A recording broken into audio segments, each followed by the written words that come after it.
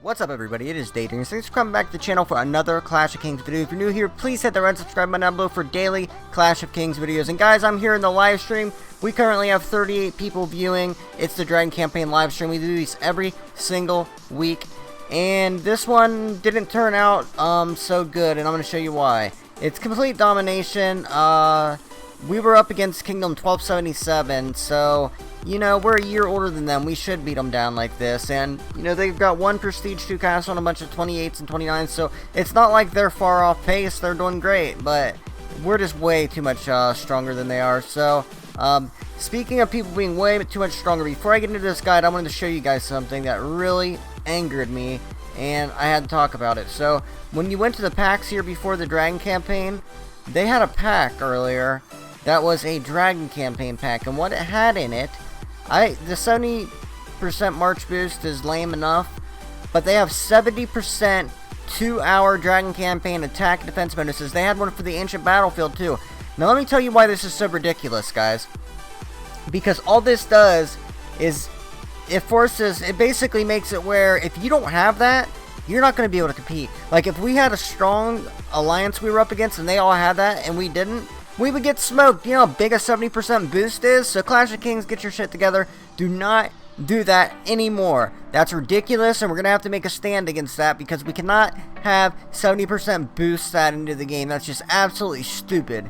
And it makes it where you have to spend that $100 for that 2-hour event or you're going to lose. So they have to take that out of there. They have to. That's the worst thing I've ever seen. So we're going to do a quick Dragon Campaign guide. A lot of people don't know about the Dragon Campaign. And someone sent me a tweet earlier and they said, DaYDreaMz, we won.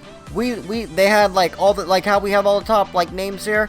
They had all the top names there, but they still lost. Well, I'm gonna go ahead and school you guys on how they lost while still having all the points. So there's two different points in the Dragon Campaign. There's individual points, and then there is the team points. So the team points on the mobile version show up here. Like it'll say like Chaos Camp, which is us, have like 1800, and Order Faction have like 300. Well, the team points are actually your individual points added with the team points. So the individual points from capturing buildings added with the team points from holding buildings. So we're going to get into that. So let's go ahead and go to this right here, to the map, so I can show you guys. So I'm going to show you guys what the difference is. So you got your individual points from holding a building. You get, I believe it's 10 or 15 points per building you capture. And then when it counts down 5 minutes, you get those 10 points. We'll just say it's 10 points.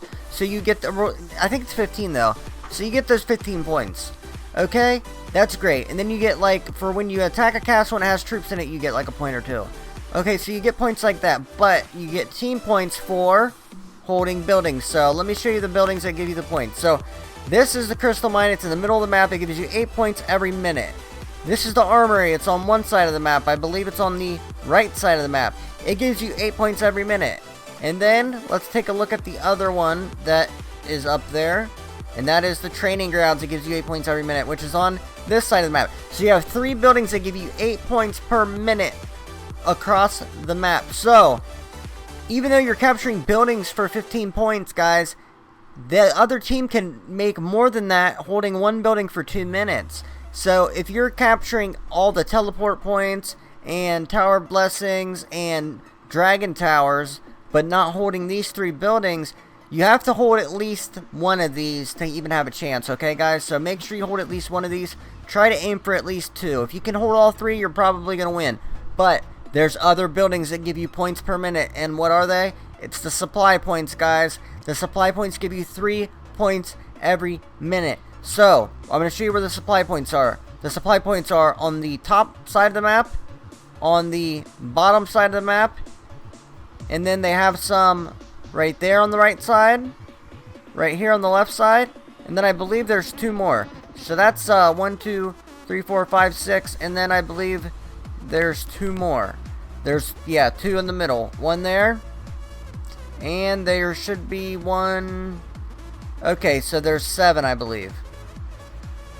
Okay, I believe there's 7, right? 7? Yeah, there's 7. 1, 2, 3, 4, 5, 6. Wait, up here. We're going to count them. I don't want to be wrong. Here's 1, 2, 3, 4 right here. There's 5 right there. Okay, so there's 5 of these supply points. So those can give you 3 points every minute. So those are very important, guys. Now, that's as far as the points are concerned. But let me show you some other buildings that can do you some good. So other than those buildings, the next buildings that I'd say are the next most important buildings are the Tower of Blessings, and that's because they give you, I believe, a 10% attack and defense bonus when you hold them. So those buildings are hugely important. So on the bottom side of the map and the top side of the map. So they're right here. Right there's the Tower of Blessings, and then there's another one right there is the Tower of Blessings. They're on the top side and the bottom side of the map. You want to hold at least one of these, guys. Try to hold both of them. After you get these other buildings, try to hold these buildings. So they're going to give you a huge attack and defense bonus in the game. Now, after that, I would say the next order of importance is probably, I don't know. You need teleport points because they give you teleports. So every time you capture a teleport point, I believe you get 5 teleports. So you want to hold the teleport points, guys. They're very, very important to hold. If you're not holding them, you're not going to be able to teleport around. So make sure that you take the teleport points. And then other than teleport points, their next order of importance would probably be the medical hall. It speeds up your healing speed. I'm not sure how much it speeds it up, but you're going to be healing a lot in the event. So make sure you hold the medical facilities. So another building, the night hall. It sends like Dark Knights at the enemies. It's not a big deal. As the match goes on, they get a little stronger, but they're still not enough to really worry about. I wouldn't really worry about that building. And then the last building is the Dragon Tower, which shoots fire breath at the enemies passing by. And the Dragon Tower, it actually is really strong, guys, but it's not really worth prioritizing over. So get these Dragon Towers last. So that's the buildings and everything, guys. And now we're going to go to the live stream and answer a few questions. I had the guys get together some questions for a quick Q&A at the end of this video. So guys, go ahead and ask some questions in the live stream, and I'm going to try to answer a few of your guys' questions. So let's see what we got here.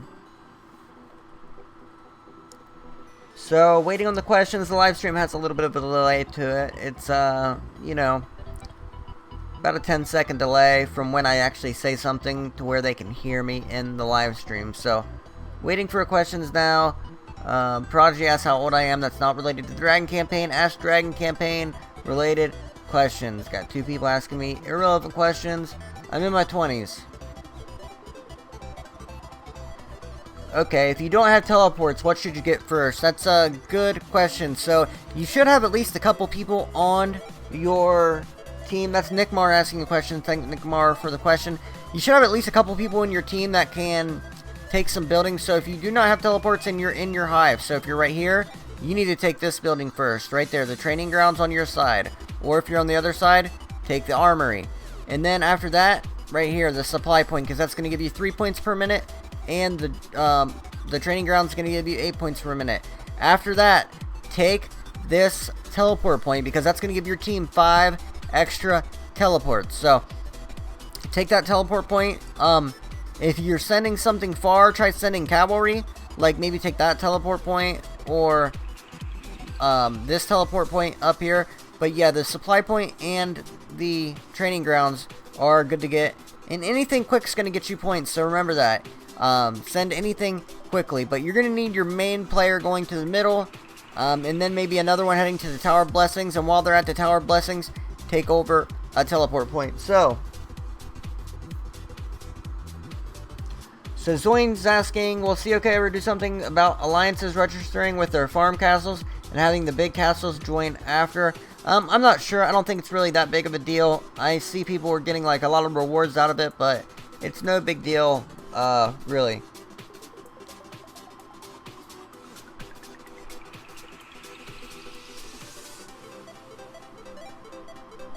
So I'm getting a lot of questions about